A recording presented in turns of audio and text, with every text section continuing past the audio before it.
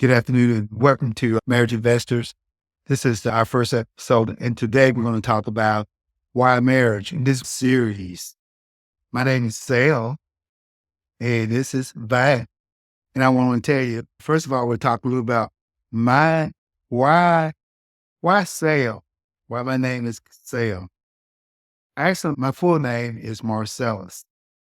But, Valerie, can you tell a little bit about how I got that name? Well, you got that name because everybody in college was calling you Marcellus, and I wanted to be a special name. And so I didn't want everybody to call you the same thing, so I went to start calling you Cel. And Okay. that's how your name became Cel instead of Marcellus. That was from college. Okay. So we're going to go right into the episode. So we only maybe 2 weeks away from a wedding we're attending. An exciting time. And just talk a little bit about like anticipating marriage and what that's all about. What that experience meant to you, Valerie. Yeah. But one thing, it was the experience. One thing, the experience was special because it was my nephew, and we hadn't had anyone. We married couples and coach couples, but we just hadn't had anybody that was close to us. So my nephew's wedding was very special for us. But in that, because we are now more in the marriage space, the rehearsal dinner and all, but just seeing that bride and just watching and waiting and watching all the planning and everything entail for her to come and for this marriage to be, it just caused me to realize the seriousness of what we do, and that how a wedding and marriage is just an all. And it was just, it really did a lot in my heart to see this couple. They're a couple that's committed to want to do it as God designed from the beginning. So that's the one, so I realize now that that's the purpose why we are doing what we do, is to bring back that type of awe to some, at least past when you get married, that wedding day. And you know how that is. It's very special. It's special. It's a lot that goes into it. And everybody's marriage is different. And you know that. But we put so much into that one day though. And, we put a lot of anticipation. Even in our dating lives, we give so much attention to each other. With that communication, we're trying to work things through. We put a lot of effort. We put a lot of things into our dating period or time before we decided to get married. So why do you think couples this day and time were like pulling back and refraining from marriage? Well, that's a lot to say. It's a lot in that. So I can't really even begin to even start sharing on that. It's a lot. That's why we're going to be doing bit by bit different things of showing you. But I know one thing, I will say that is the expectation, because many times, just as we prepare with the dating and the wedding, when we get into the actual situation, and some of us is already in it for 5 years, some might be in it. But if you haven't gotten in it for that scenario, you're going to have to, your eyes going to be open to some areas that you probably didn't understand on the journey of marriage. So, yeah. That's another topic in itself on why marriage. But I guess today we just want to focus on the anticipation and how that marriage thing works. So the purpose of doing these is we're looking for those who are willing to invest in a relationship and do things from God's design. And we have some exciting news here to share on this episode, that May the 6th is our release date for our book called Forever Together, Unveiling the Keys to a Lasting Marriage Connection. Mm-hmm. So, you can get it even before that. Amazon was doing an early release. Actually, this coming Friday, May the 2nd, you'll be able to go ahead and get your copy of our book. And we just kind of laid out some practical tools in there. It's some things that can really help you, real life stories. And that's what we want to do in our talk with Sal. These talks will be Cel and Val. We're just going to have everyday conversations. We everyday people worked hard building our family, and just working hard on jobs. And we know ideas to be in the grind.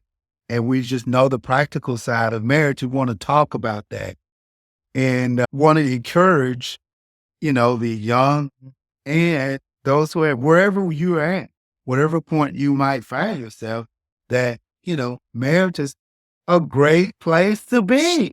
Right, Valerie? Yeah, it is. And I just want to piggyback on the anticipation and the excitement, thinking about the God designed way, how he created Adam and then created Eve, from his rib.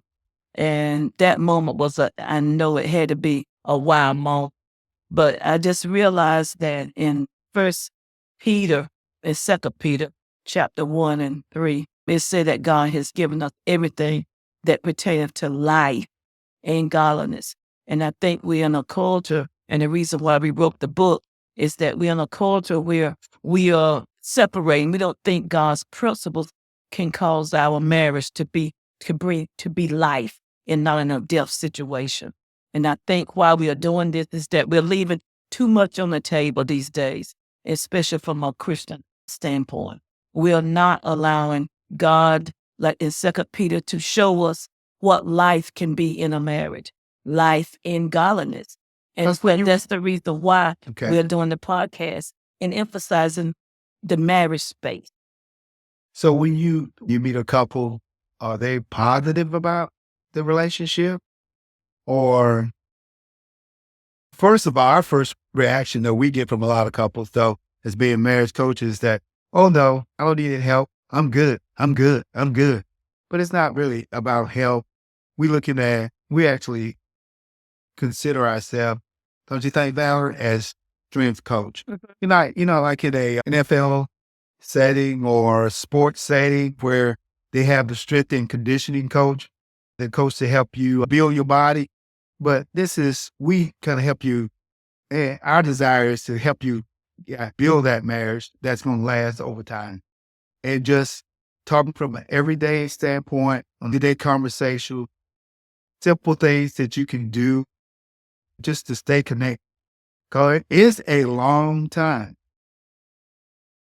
being with one person. Yeah. We don't know what life entails. No, we want it to last long.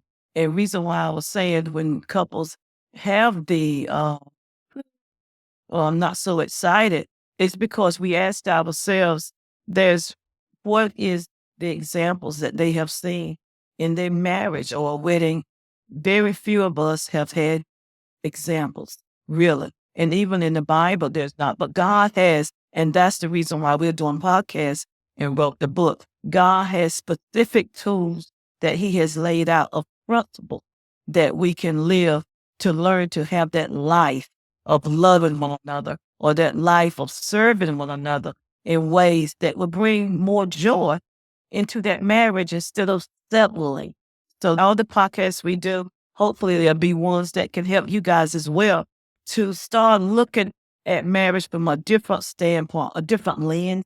Definitely. And start taking that second Peter that, okay, God, if you say that you have given us everything that pertains to life and godliness, now let's start looking at ways how we can make that marriage last, on our end as much as it is with us to do it. And that's why you started your marriage investor community. It's because that you start realizing, right, and you can share on that a little bit more for us investing, but the heart. And that was the main thing. And that kind verse comes from. Right. That kind of stems from the verse Matthew 6:21, which says, "Where your treasures are, that's where your heart is also."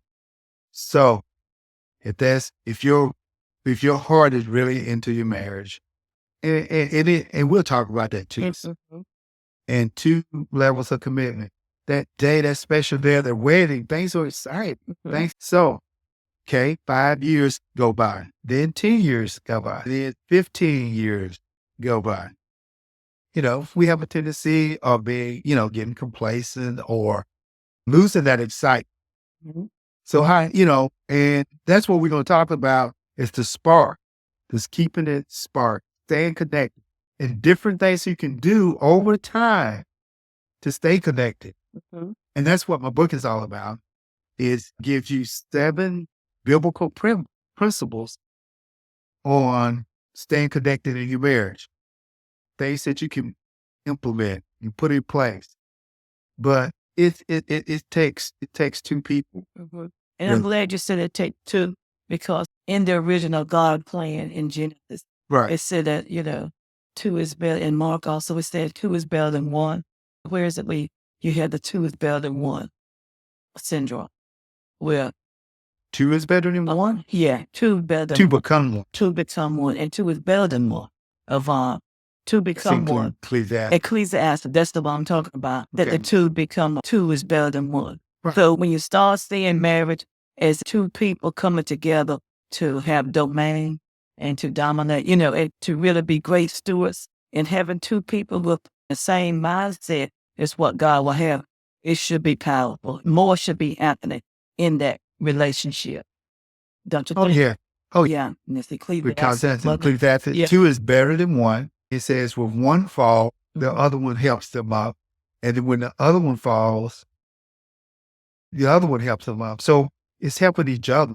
And that's, I think, where you found a lot of joy in your relationship is where you're helping each other. You are pushing aside like men, we're pushing aside our ego or whatever, and we're just serving our wives.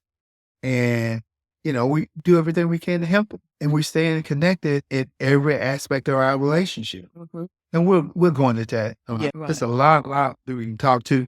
But today we just wanted to kind of focus on some key points, and let's just kind of rehash on what, first of all, we talked about anticipation, anticipation in your relationship, in your marriage, right from the start. You anticipate a lot. You anticipate a lot of good things going in.